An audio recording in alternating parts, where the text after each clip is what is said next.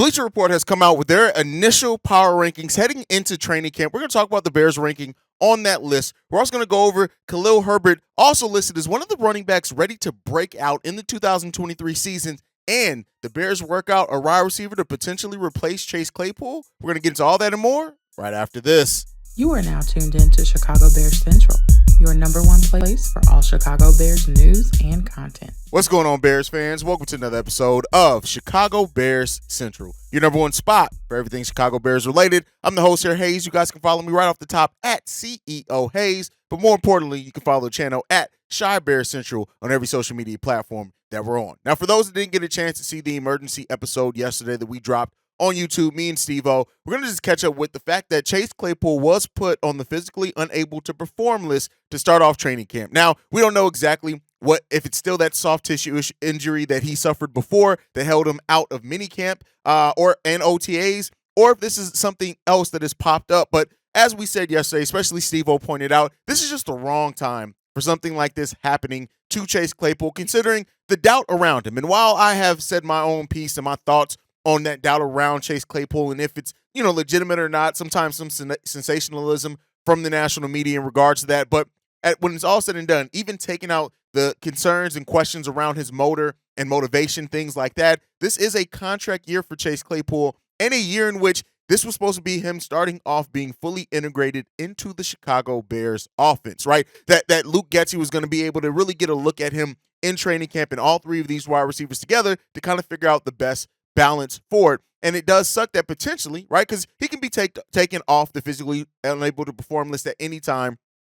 It's not like the injury reserve list or anything like that. As long as he's not on there, it's a sign for at least some positivity. But, considering just Chase Claypool amongst those three wide receivers brought the most size, 6'4", 238 pounds. It's just a big target, nice big target for Justin Fields. And the next biggest wide receiver that we have up is Equanimeous St. Brown. Now, he did work himself into being a solid target for Justin Fields out of necessity, right? But we really wanted to see what DJ Moore, Darnell Mooney, and Chase Claypool all were going to get to look like as a trio together to start off the season. And, not to say that that's completely out of the realm of possibility yet. Like I said, he can be removed off that list at any given time, any given day. And because of that, he can return immediately to training camp, practicing with the team, things like that. So, it is what it is. Let's hope for the best in that, it's not. But, this, of course, for the Bears fans and other people who already doubted Chase Claypool, who doubted, him finding his role on the team,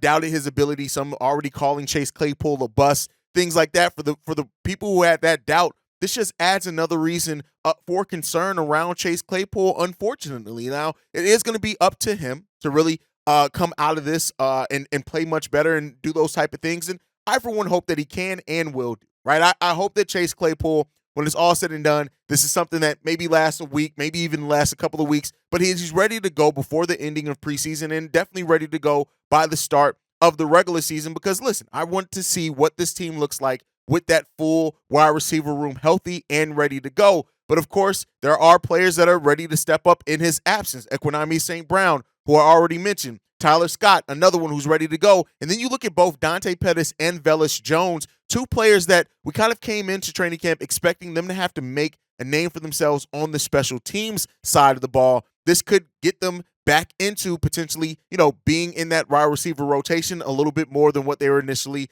going to be. But with that said, the Bears have now brought in another wide receiver to work out in Isaiah Ford. This is a guy who was drafted in the 7th round by the Miami Dolphins. Last time that he played was the 2021 season. He had 12 receptions for 161 yards. He spent all of last season basically on the Indianapolis Colts practice squad. So there's enough, thought process in looking at it that this isn't a major thing. If anything, this may be a depth piece or depth move by the Chicago Bears, but you don't really expect it to be anything significant, right? Now, you would expect the players that are already on this roster to have a much higher chance and opportunity to do it. But so, I don't want to overlook Isaiah Ford by any stretch of the imagination. They brought him in for a reason. They brought him in right after the Chase Claypool, the day after the Chase Claypool news was announced. He's 6'2", 201 pounds. So it's not like he offers that same level of big big target capability that Chase Claypool does. So if I had to guess it, this is a guy that probably wanted to bring in, look at, maybe use on special teams. I don't really see too much of it personally, but hey, I've been wrong on stuff before, and you never quite know. But all right, let's move on from that topic and get into the topic about Khalil Herbert. Now, we had a video early last week, and it's actually based off a voicemail we got from a user asking if Khalil Herbert was being underrated by the media and by Bears fans. Well, Bleacher Report said they heard that caller's voicemail, and they decided to respond back with a resounding, "Hey, no, we expect a lot from Khalil Herbert." And so Bleacher Report had a list of 5 running backs ready to break out in the 2023 season, and Khalil Herbert was listed as number 2 on that list, and said this. They highlighted Khalil Herbert's 5.7 yards per carry average that he had last season, and his expectation to be a better and bigger pass catching option than Dante Foreman. Now, I don't know if I necessarily believe that Khalil Herbert is going to be a bigger pass catching threat than Dante Foreman or Roschon Johnson in that matter, but the fact of the matter is this. Khalil Herbert has the inside edge. He's improved every single year, both years he's been with the Chicago Bears thus far, and you would think that at least internally they would want to take a look at their own guy first. But we already know they're coming in with a true opening camp battle for that starting running back position, and Khalil Herbert has as much of a chance as anybody else when you look at it. Like his first year, 433 yards, 2 touchdowns. Last season, 731 yards on 129 carries, 4 touchdowns. And listen, that average that we said, 5.7 yards per carry, in that average, that is not anything to overlook. Khalil Herbert absolutely deserves, that chance, that opportunity, and even being listed as a running back that could potentially break out. He shared snaps his whole career so far in Chicago. That's going to continue. There doesn't look to be any change to that when you just look at the running back room that we have. But now if he end up thrust into that number 1 running back role, and he earns it more importantly in saying he's thrust into it, there's all reason to believe that Khalil Herbert could potentially have a breakout season. It just there's enough reason to think that. And so, I hope the best for Khalil Herbert. He's a Chicago Bear. He was drafted by us. You guys know how I feel about players that are drafted by Chicago Bears. I love any player that comes in and wants to be a Chicago Bear. Let me be clear there. But it's just something a little bit different when players are drafted by the Bears and are able to have the majority of their career here.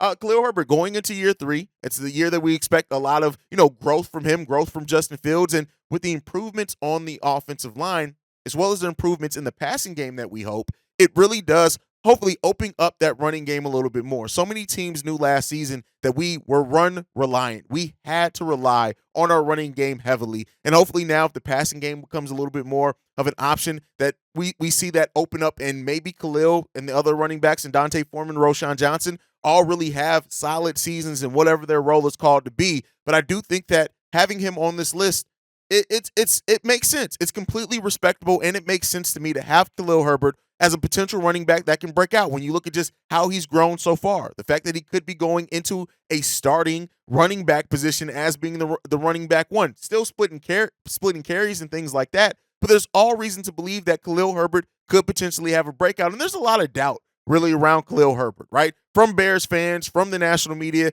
everything. There's a lot of doubt, and especially when you lose a player like David Montgomery and you replace him with solid players in their own right in Dante Foreman. And, we think the world and Bears fans really do believe, and I think it's legitimate, that Roschon Johnson is eventually going to be one of those the starting running back eventually, or at least get a lot of carries and split backfield for the Chicago Bears. Khalil Herbert absolutely could break out. So I'm going to turn this question to you guys. When you look at that Khalil Herbert being listed on that list as a running back that could break out in the 2023 season, do you agree with it? Do you think that he has that chance, and more importantly, will he break out next season with the Chicago Bears? Let me know what you guys think on all that down below. Now, another thing from Bleacher Report is we did get Bleacher Report's power rankings to start off the season, and the Chicago Bears came in at number 30. Now, while I don't take this as a slight, as some things like Colin Cowherd and others have said, they really pointed towards the up and down season that the Chicago Bears had, right? Yes, we had the league's worst record last season,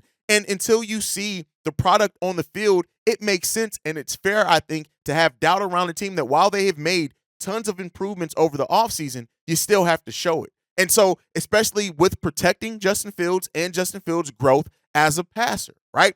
If those things come along, like I said before, we know what we potentially have in Justin Fields and what this offense hopefully can look like as well. And so, when you hear Justin Fields, and they quoted this in this article as well, Justin Fields talking about being the first Bears quarterback to pass for 4,000 yards, him saying, I plan on doing it this year. So I think there are a lot of outlets that have doubts around the Chicago Bears. Some of it more legitimate than others. Some of you look at and say, hey, you doubt us for some of the same things you have promised in other teams for. But ultimately, the Bears have earned every bit of doubt that they have. They just have, right? When you're a 3-14 team, you're going to have doubts around you. And it's up to the Chicago Bears to answer a lot of those questions. And so when you look at the questions facing the Chicago Bears next season, of course, the biggest one is the growth and development of Justin Fields.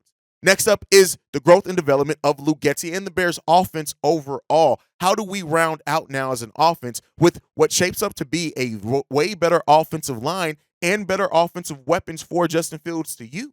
In the tight end department, adding Robert Tonyan and Cole Kmet, adding in DJ Moore to chase Claypool if he's healthy, and Darnell Mooney, even drafting Tyler Scott, right? The improvements you made on that defensive line and bringing in Zach Pickens, Javon Dexter, Andrew Billings to add to what you've already had, and DeMarcus Walker as well. The whole new revamped linebacking core, right?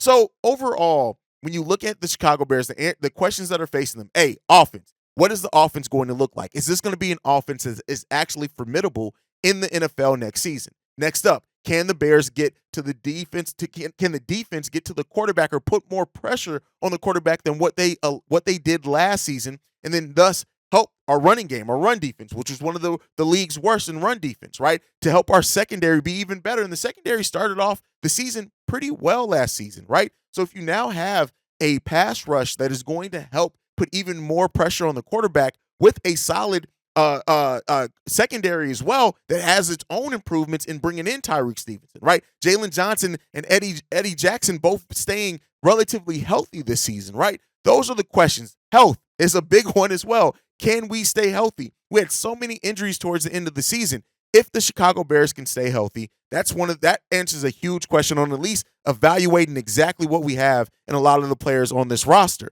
Next up, as far as another question as well, like the growth from all the coaches, Luke Getsy, Alan Williams, Matt Eberflus. What does that system look like? What does the Hints principle look like for the defense in the second year of it being around? Started off last year as one of the most disciplined defenses to start the season, probably first month and a half to 2 months of the season. Of course, that fell off, especially with injuries. And hey, that definitely happened. So can we stay disciplined throughout the season? And then how do your young players perform? Your first, second year players, how do they perform now? Darnell Wright is going to have a huge question in front of him. Braxton Jones, still tons of questions in front of him, even though he's not in his first or second year. Tevin Jenkins, still tons of questions around him as he moves to the other side of the ball as well, right? Are we going to get growth from Darnell Mooney, Cole Kmet, right? Those are some of the questions that we're looking to hopefully answer as the season goes on. And with training camp officially open now and with preseason right around the corner, hopefully we get more and more answers to those questions as we go through just the normal offseason process. But hey, I'm looking really forward to it. I think it's going to be an exciting time. It's definitely going to be exciting around here at Chicago Bears Central. Regardless, C-Dubs are bringing back the live calls. We're bringing back the live post-game shows. We got everything you could possibly want here at the number one spot for everything Chicago Bears related. But that's my time for today. We do have some overflow on voicemails. I'm going to see how it goes between today and tomorrow. We may start incorporating just a couple of voicemails over the course of the week as well, because I don't want anybody's voicemail to be missed. We appreciate and love you guys so much for the support that you constantly give us. So, hey, keep sending in those voicemails. I know there's some text messages we got to get to as well. We're going to get to those. May have a text message exclusive mailbag to start off with, because there are a lot of text messages we've just not been able to get to. So we may get into that next up. But otherwise, other than that, thank you so much for joining us today.